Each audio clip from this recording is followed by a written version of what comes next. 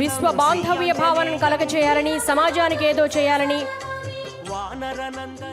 హైందవ సంస్కృతి వ్యాప్తి సదాచార పరిరక్షణకు నడుం బిగించారు రచనా గ్రూప్ సంస్థల చైర్మన్ నరేంద్ర చౌదరి దంపతులు. వారి స్వహస్తాలతో స్వర్ణ మహాలక్ష్మి అమ్మవారికి బంగారు చీరను సమర్పించడం జరిగింది. ప్రస్తుతం అమ్మవారు స్వర్ణ శోభితంగా ఆ బంగారు చీరతో దర్శనమిస్తున్నారు. అందరం కూడా ఒక్కసారి స్వర్ణ మహాలక్ష్మి అమ్మవారికి జయజయలు పలుకుదాం. జై స్వర్ణ మహాలక్ష్మి అమ్మవారికి, జై స్వర్ణ మహాలక్ష్మి అమ్మవారికి, జై స్వర్ణ మహాలక్ష్మి అమ్మవారికి.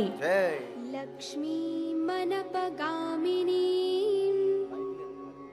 యస్యాం హిరణ్యం విందేయం గామశ్వం పురుషానహం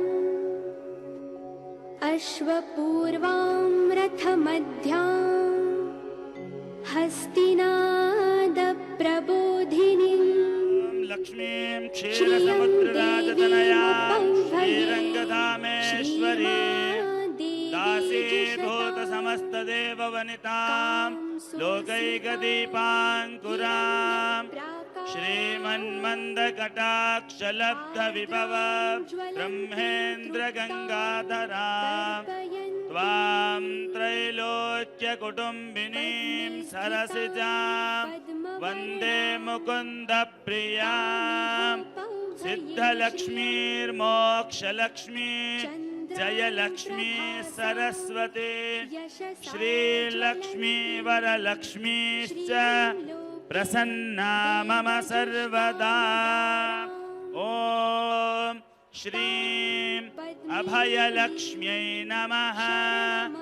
ఓం శ్రీం అలంకారలక్ష్మ్యై నమః. ఓం శ్రీం ఆదిలక్ష్మ్యై నమః. ఓం శ్రీం సిద్ధలక్ష్మ్యై నమః. ఓం శ్రీం భక్తిలక్ష్మ్యై నమః.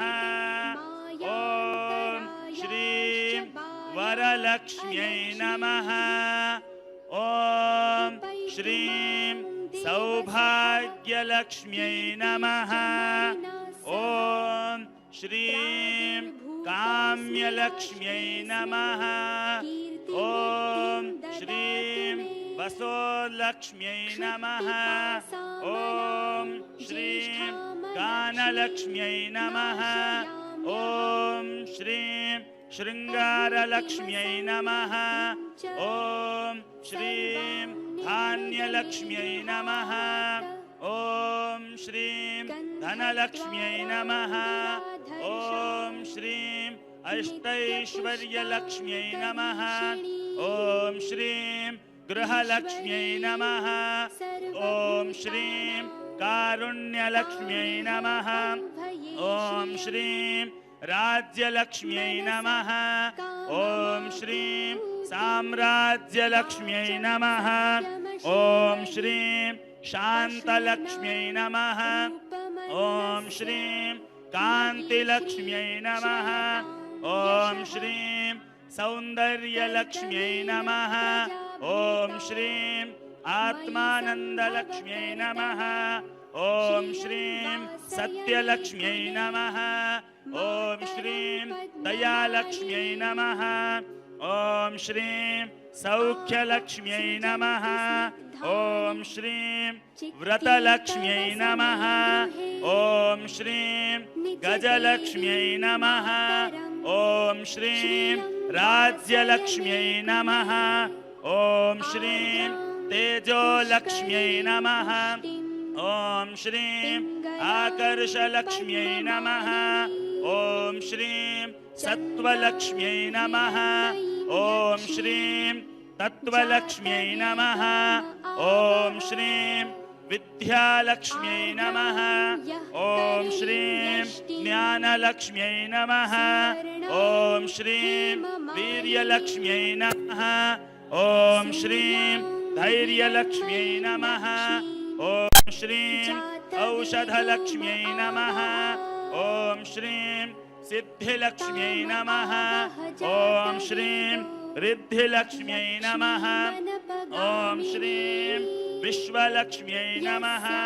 ॐ श्रीं कल्याणलक्ष्म्यै नमः। ॐ श्रीं कीर्तिलक्ष्म्यै नमः। ॐ श्रीं मूर्तिलक्ष्म्यै नमः। ॐ श्रीं वक्षस्थललक्ष्म्यै नमः। ॐ श्रीं आनन्दलक्ष्म्यै नमः। ॐ श्रीं जपलक्ष्म्यै नमः। ॐ श्रीं तपोलक्ष्म्यै नमः। ॐ श्रीं दानलक्ष्म्यै नमः। ॐ श्रीं वैराग्यलक्ष्म्यै नमः। ॐ श्रीं मन्त्रलक्ष्म्यै नमः। ॐ श्रीं तन्त्रलक्ष्म्यै नमः। ॐ श्रीं यन्त्रलक्ष्म्यै नमः। ॐ श्रीं गुरुकृपालक्ष्म्यै नमः। ॐ श्रीं शुभलक्ष्म्यै नमः। ॐ श्रीं प्राप्तिलक्ष्म्यै नमः। ॐ श्रीं कलालक्ष्म्यै नमः। ॐ श्रीं लावण्यलक्ष्म्यै नमः। ॐ श्रीं वेदलक्ष्म्यै नमः। ॐ श्रीं नादलक्ष्म्यै नमः। ॐ श्रीं शास्त्रलक्ष्म्यै नमः। ॐ श्रीं वेदान्तलक्ष्म्यै नमः। ॐ श्रीं क्षेत्रलक्ष्म्यै नमः। ॐ श्रीं तीर्थलक्ष्म्यै नमः। ॐ श्रीं मेधालक्ष्म्यै नमः। ॐ श्रीं सन्तानलक्ष्म्यै नमः। ॐ श्रीं योगलक्ष्म्यै नमः। ॐ श्रीं भोगलक्ष्म्यै नमः। ॐ श्रीं यज्ञलक्ष्म्यै नमः। ॐ श्रीं पुण्यलक्ष्म्यै नमः। ॐ श्रीं अन्नलक्ष्म्यै नमः। ॐ श्रीं मनोलक्ष्म्यै नमः। ॐ श्रीं प्राणलक्ष्म्यै नमः। ॐ श्रीं ब्रह्मलक्ष्म्यै नमः। ॐ श्रीं धर्मलक्ष्म्यै नमः। ॐ श्रीं अर्थलक्ष्म्यै नमः। ॐ श्रीं कमललक्ष्म्यै नमः। ॐ श्रीं निर्वर्णलक्ष्म्यै नमः। ॐ श्रीं पुण्यालक्ष्म्यै नमः। ॐ श्रीं क्षिप्मलक्ष्म्यै नमः। ॐ श्रीं श्रद्धालक्ष्म्यै नमः। ॐ श्रीं चैतन्यलक्ष्म्यै नमः। ॐ श्रीं भूर्लक्ष्म्यै नमः। ॐ श्रीं भुवर्लक्ष्म्यै नमः। ॐ श्रीं सुवर्लक्ष्म्यै नमः। ॐ श्रीं त्रैलोक्यलक्ष्म्यै नमः। ॐ श्रीं महालक्ष्म्यै नमः। ॐ श्रीं मङ्गललक्ष्म्यै नमः। ॐ श्रीं सत्यलोकलक्ष्म्यै नमः। ॐ श्रीं भाग्यलक्ष्म्यै नमः। ॐ श्रीं वृद्धिलक्ष्म्यै नमः। ॐ श्रीं वीरलक्ष्म्यै नमः। ॐ श्रीं वैकुण्ठलक्ष्म्यै नमः। ॐ श्रीं नित्यलक्ष्म्यै नमः। ॐ श्रीं ज्योतिलक्ष्म्यै नमः। ॐ श्रीं वंशलक्ष्म्यै नमः। ॐ श्रीं कैलासलक्ष्म्यै नमः। ॐ श्रीं प्रकृतिलक्ष्म्यै नमः। ॐ श्रीं श्रीलक्ष्म्यै नमः। ॐ श्रीं स्वस्तिलक्ष्म्यै नमः। ॐ श्रीं कोलाहललक्ष्म्यै नमः। ॐ श्रीं मुक्तिलक्ष्म्यै नमः। ॐ श्रीं शक्तिलक्ष्म्यै नमः। ॐ श्रीं भुक्तिलक्ष्म्यै नमः। ॐ श्रीं त्रिपुरलक्ष्म्यै नमः। ॐ श्रीं श्रीचक्रलक्ष्म्यै नमः। ॐ श्रीं श्रीपुरलक्ष्म्यै नमः। ॐ श्रीं ब्रह्मानन्दलक्ष्म्यै नमः। ॐ श्रीं गोपुरलक्ष्म्यै नमः। ॐ श्रीं श्रीपुरस्वर्णमहालक्ष्म्यै नमः। ॐ हिरण्यवर्णां हरिणीं सुवर्णरजतस्रजां चन्द्राभिरण्मयीं लक्ष्मीं जातवे मावह तां मावह जातवेदो लक्ष्मीमनपगामिनी यस्यां हिरण्यं विन्देयङ्गामश्व पुरुषानहम् अश्वपूर्वां रथमध्यां हस्तिनादप्रबोधिनी श्रियं देवीमुपह्वये श्रीर्मा देवीर्जिषतां कां सोऽस्मितां हिरण्यप्राकार मार्द्रां ज्वलन्तीं तृप्तां तर्पयन्तीं पद्मे स्थितां पद्मवर्णा सामिहोपह्वये श्रियं चन्द्रां प्रभासां यशसा ज्वलन्तीं श्रियं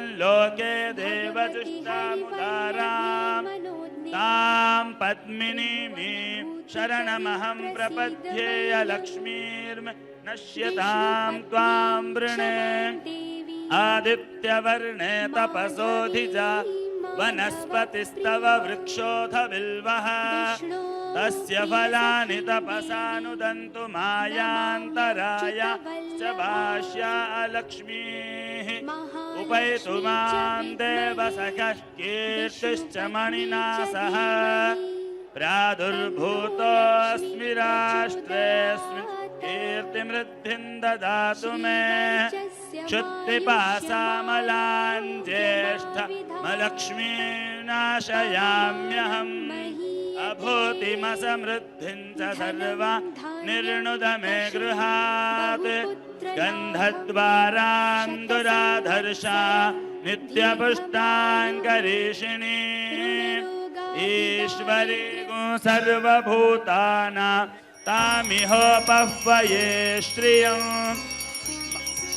मनसः काममाकूतिं वाचः सत्यमसीमहे पशूनां रूपमन्नस्य मयि श्रयतां यशः कर्दमेन प्रजा भूता मयि सम्भव कर्दम श्रियं वासय मे कुले मातरं पद्ममालिनी आपसृजन्तु स्निग्धानि चिक्लीतवस मे गृहे निच देवीं मातरं श्रियं वासय मे कुले आर्द्रां पुष्करिणीं पुष्टिं सुवर्णां हेममालिनीं सूर्यां हिरण्मयीं लक्ष्मीं जातवेदो కోటి దీపాలతో ఈ ఇల కైలాసం దేదీప్యమానంగా వెలిగిపోతుంటే కోటి స్వర్ణ కాంతులతో ఆ సిరుల తల్లి బంగారు చీరతో మరింత శోభాయమానంగా విరాజిల్లుతోంది. అద్భుత క్షణాలను మనం చూస్తున్నాము. రెండు కళ్ళు సరిపోవడం లేదు. బంగారు చీరతో మరింత దేదీప్యమానంగా స్వర్ణ మహాలక్ష్మి అమ్మవారు కనువిందు చేస్తున్నారు. అష్టోత్తర శతనామావళి పూజ పూర్తయింది. ఆంజనేయుడు ఆజన్మ బ్రహ్మచారి అని అనుకుంటాం, కానీ లోక కళ్యాణార్థం